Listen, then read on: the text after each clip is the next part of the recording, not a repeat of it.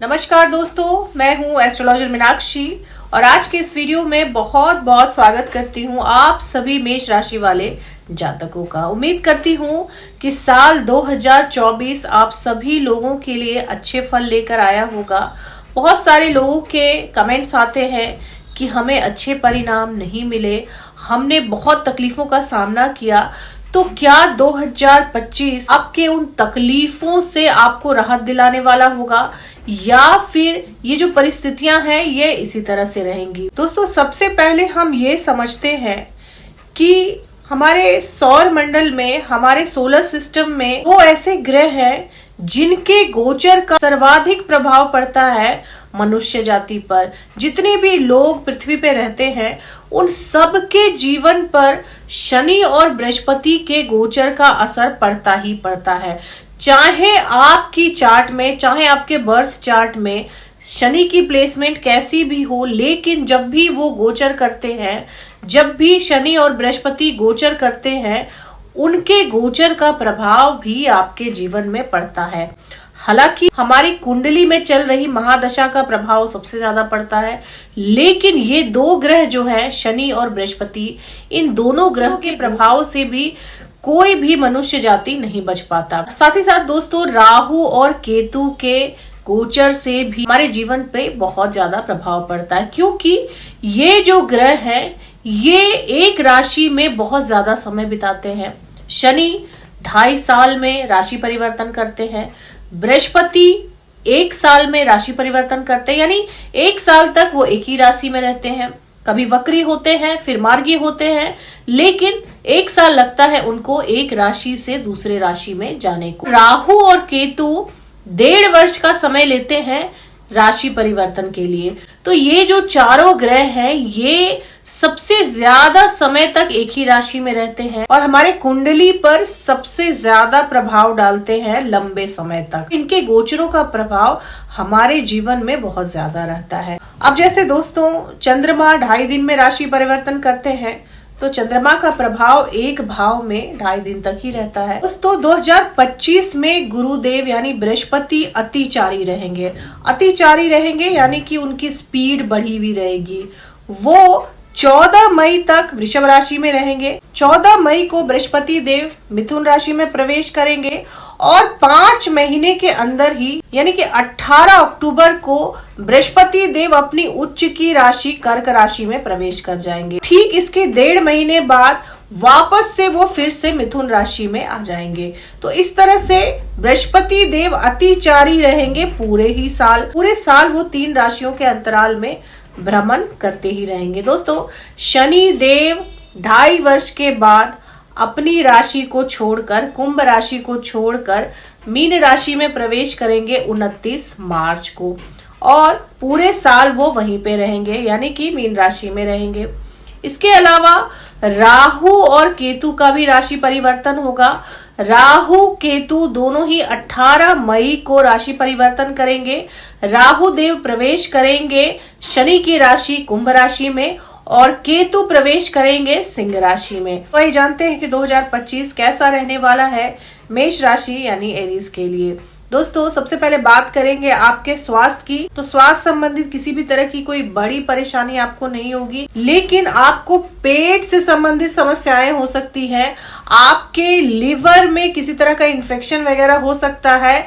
मई के बाद, मई तक आपका स्वास्थ्य अच्छा रहेगा, या फिर आपके पेट के निचले हिस्से में किसी तरह की समस्या आपको देखनी पड़ सकती है। आंतों से संबंधित परेशानियां भी आपको हो सकती हैं। हालांकि ये परेशानियां बहुत ही माइनर होंगी, किसी तरह की कोई बड़ी समस्या नहीं होगी और अगर आप पहले से ही ध्यान रखेंगे तो शायद ये समस्याएं आपको ना हो। इसके अलावा आपको माइग्रेन की शिकायत भी हो सकती है या फिर नींद से जुड़ी समस्या हो सकती है, क्योंकि शनि देव आपके 12वें भाव में रहेंगे और जब शनि देव 12वें भाव में रहेंगे तो नींद से जुड़ी समस्याएं आपको दे सकते हैं। तो अपने दांतों का भी खास ख्याल रखें दोस्तों, क्योंकि शनि की दृष्टि आपके दूसरे भाव पर पड़ेगी तो हो सकता है आपके दांतों में आपके दांतों में किसी तरह की कोई समस्या हो जाए। इसके अलावा कोई मेजर समस्या आपको नहीं होगी, सेहत संबंधित कोई बड़ी परेशानी नहीं होगी और छोटी मोटी समस्याएं जो होंगी आप जल्द ही रिकवर भी हो जाएंगे। अब बात करें आपकी शिक्षा की, विद्यार्थियों की, आपके 5वें भाव में केतु गोचर करेंगे मई के महीने। विद्यार्थियों के लिए थोड़ी सी परेशानी रह सकती है, आपका भटकाव हो सकता है, आपका डिटैचमेंट हो सकता है अपनी पढ़ाई से। आप पढ़ाई छोड़कर कुछ और करने की सोच सकते हैं क्योंकि केतु डिटैचमेंट दे सकते हैं आपको आपकी शिक्षा से। आपकी शिक्षा में रुकावट आ सकती है, शिक्षा में व्यवधान आ सकते हैं, लेकिन मई के बाद, मई तक सब कुछ बहुत बढ़िया रहेगा दोस्तों। मई तक आपको आपकी शिक्षा से संबंधित अच्छे परिणाम मिलेंगे, आप पढ़ाई भी मन लगाकर करेंगे, लेकिन हो सकता है कि कुछ विद्यार्थियों को मई के बाद शिक्षा से संबंधित परेशानियां आनी शुरू हो जाए। इसके अलावा ऐसे विद्यार्थी जो विदेशों में जाकर पढ़ाई करना चाह रहे हैं या उन्होंने वीजा वगैरह अप्लाई कर रखा है, उनके लिए भी थोड़ी सी समस्या आ सकती है क्योंकि शनि 12वें भाव में रहेंगे तो आपको वीजा वगैरह मिलने में थोड़ी सी समस्याएं आ सकती है या डिले आ सकता है या देरी आ सकती है। लेकिन दोस्तों डिले हो सकता है पर डिनायल नहीं हो सकता, आपका वीजा बन जाएगा।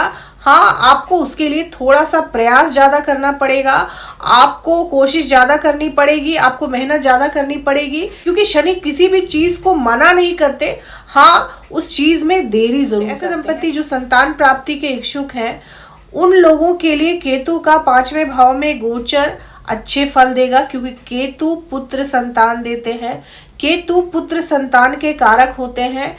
तो केतु के 5वें भाव में आने से आपको पुत्र संतान की प्राप्ति हो सकती है, लेकिन सर्जरी के माध्यम से, आपको सर्जरी के माध्यम से संतान हो सकती है। हो सकता है कि जब आपकी संतान होने वाली हो तो आपको स्वास्थ्य संबंधित किसी तरह की कोई परेशानी ना हो, संतान की प्राप्ति होने के पूरे योग भी बना रहे हैं केतु देव आपके 5वें भाव में। माता पिता के लिए ये समय थोड़ा सा चैलेंजिंग हो सकता है, आपके बच्चे जो हैं वो जिद्दी हो सकते हैं या फिर आपकी बात नहीं मान सकते, आपसे डिटैच हो सकते हैं। तो कोशिश करें अपने बच्चों से बात करने की, कोशिश करें उनके करीब रहने की, नहीं तो आपके और आपके बच्चे के बीच में दूरियां आ सकती है, गलतफहमियां आ सकती हैं कि मेरे पेरेंट्स मुझे नहीं समझते।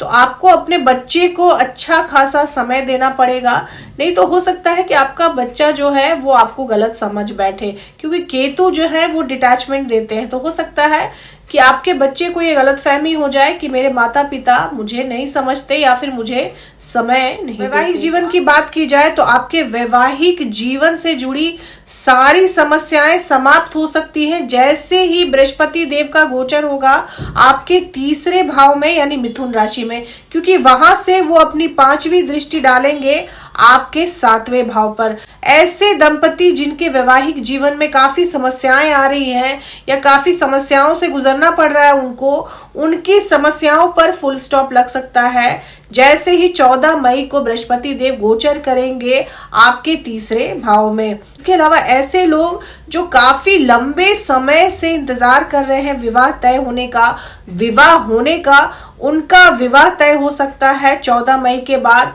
आपके लिए विवाह के अच्छे प्रस्ताव आ सकते हैं। हालांकि ऐसे लोग जो लव मैरिज करना चाह रहे हैं उनके लिए थोड़ा सा मुश्किल समय हो सकता है क्योंकि केतु आपके 5वें भाव में रहेंगे। तो आपके प्रेम को विवाह में बदलने के लिए आपको काफी मेहनत करनी पड़ेगी, आपको काफी कुछ करना पड़ेगा, तभी आपका प्रेम विवाह हो सकता है। लेकिन अरेंज मैरिज के लिए ये समय बहुत ही अच्छा है, विवाह होने की पूरी गुंजाइश है 14 मई के बाद।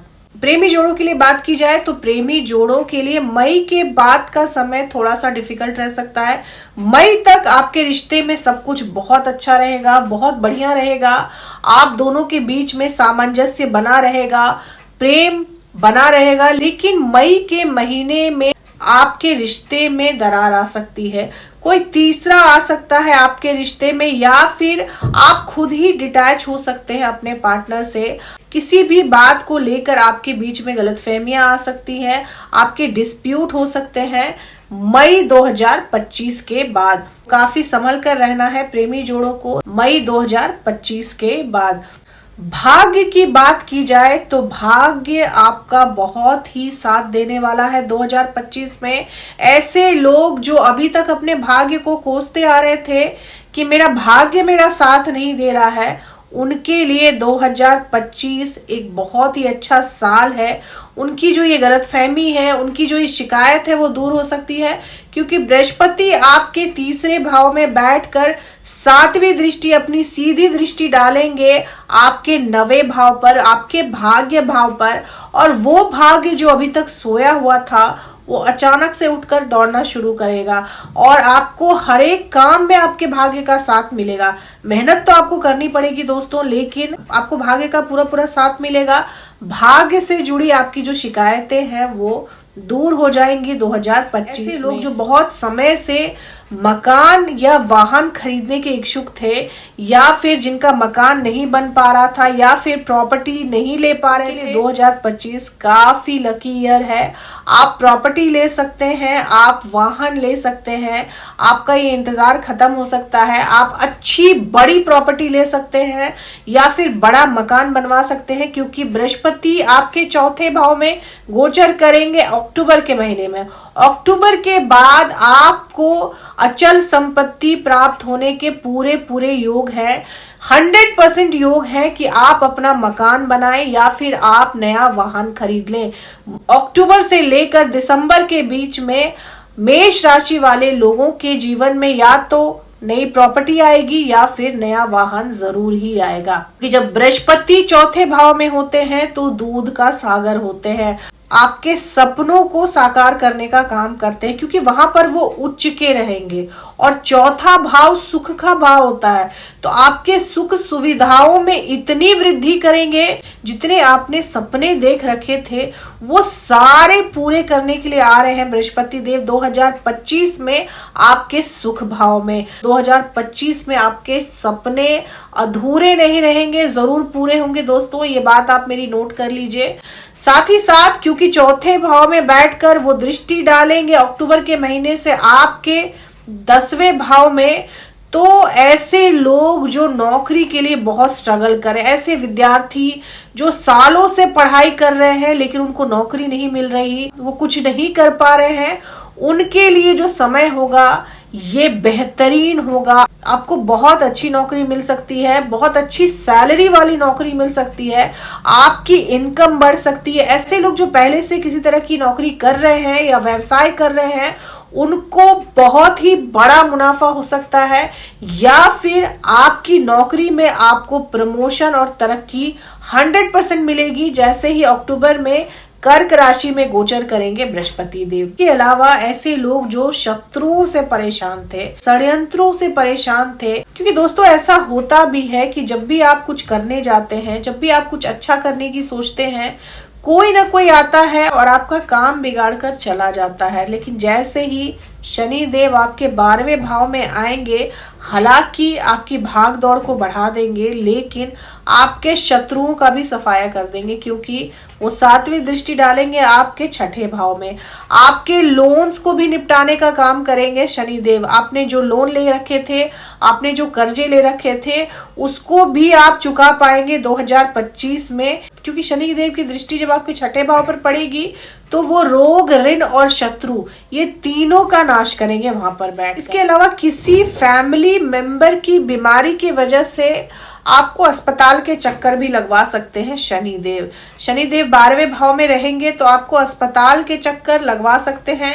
कोई ना कोई ऐसा व्यक्ति आपके घर में या आपके परिवार में होगा जिसकी बीमारी की वजह से आप परेशान रह सकते हैं मार्च 2025 के बाद। राहु आपके 11वें भाव में रहेंगे मई के महीने से, तो राहु देव आपको अप्रत्याशित लाभ दे सकते हैं। राहु 11वें भाव में खासकर शतभिषा नक्षत्र में बहुत ही अच्छे परिणाम दे सकते हैं।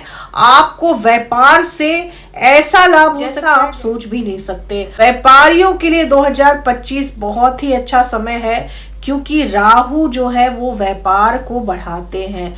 राहु की वजह से व्यापार में अच्छा खासा उछाल देखने को मिल सकता है। शेयर मार्केट में अगर आप इन्वेस्ट करते हैं तो काफी ध्यान रखना है आपको, क्योंकि दोस्तों राहु मुनाफा तो देते हैं लेकिन भ्रम भी देते हैं। तो आप जहां भी इन्वेस्टमेंट करें, जिस भी चीज में इन्वेस्टमेंट करें, काफी सोच समझ कर करें, क्योंकि राहु जो है वो आपकी बुद्धि को भ्रमित करते हैं, आपको भ्रमित करते हैं। तो आप बहुत बड़े लाभ के चक्कर में गलत इन्वेस्टमेंट ना कर बैठे, बहुत सोच समझकर, काफी सोच समझकर अपना पैसा कहीं लगाएं।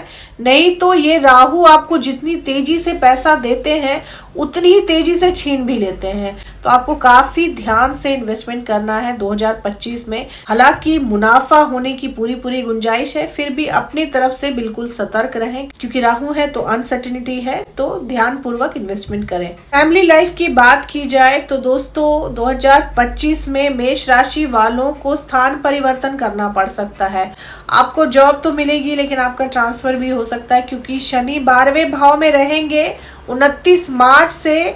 तो आपको स्थान परिवर्तन करना पड़ सकता है, आपका ट्रांसफर हो सकता है, आप जहां रहते हैं वहां से किसी और जगह जाकर आपको नौकरी करनी पड़ सकती है, इसकी पूरी गुंजाइश है। तो दोस्तों ये थी मेरी प्रेडिक्शन मेष राशि वालों के लिए 2025 की। उम्मीद करती हूँ कि आने वाला साल आप लोगों के लिए बहुत सारी खुशियां लेकर आए। उपाय की बात की जाए तो आपको राहु के बीज मंत्र का जाप करना चाहिए, साथ ही साथ आपको केतु के भी बीज मंत्र का जाप करना चाहिए। वीडियो पसंद आई है दोस्तों तो चैनल को सब्सक्राइब करना ना भूलें।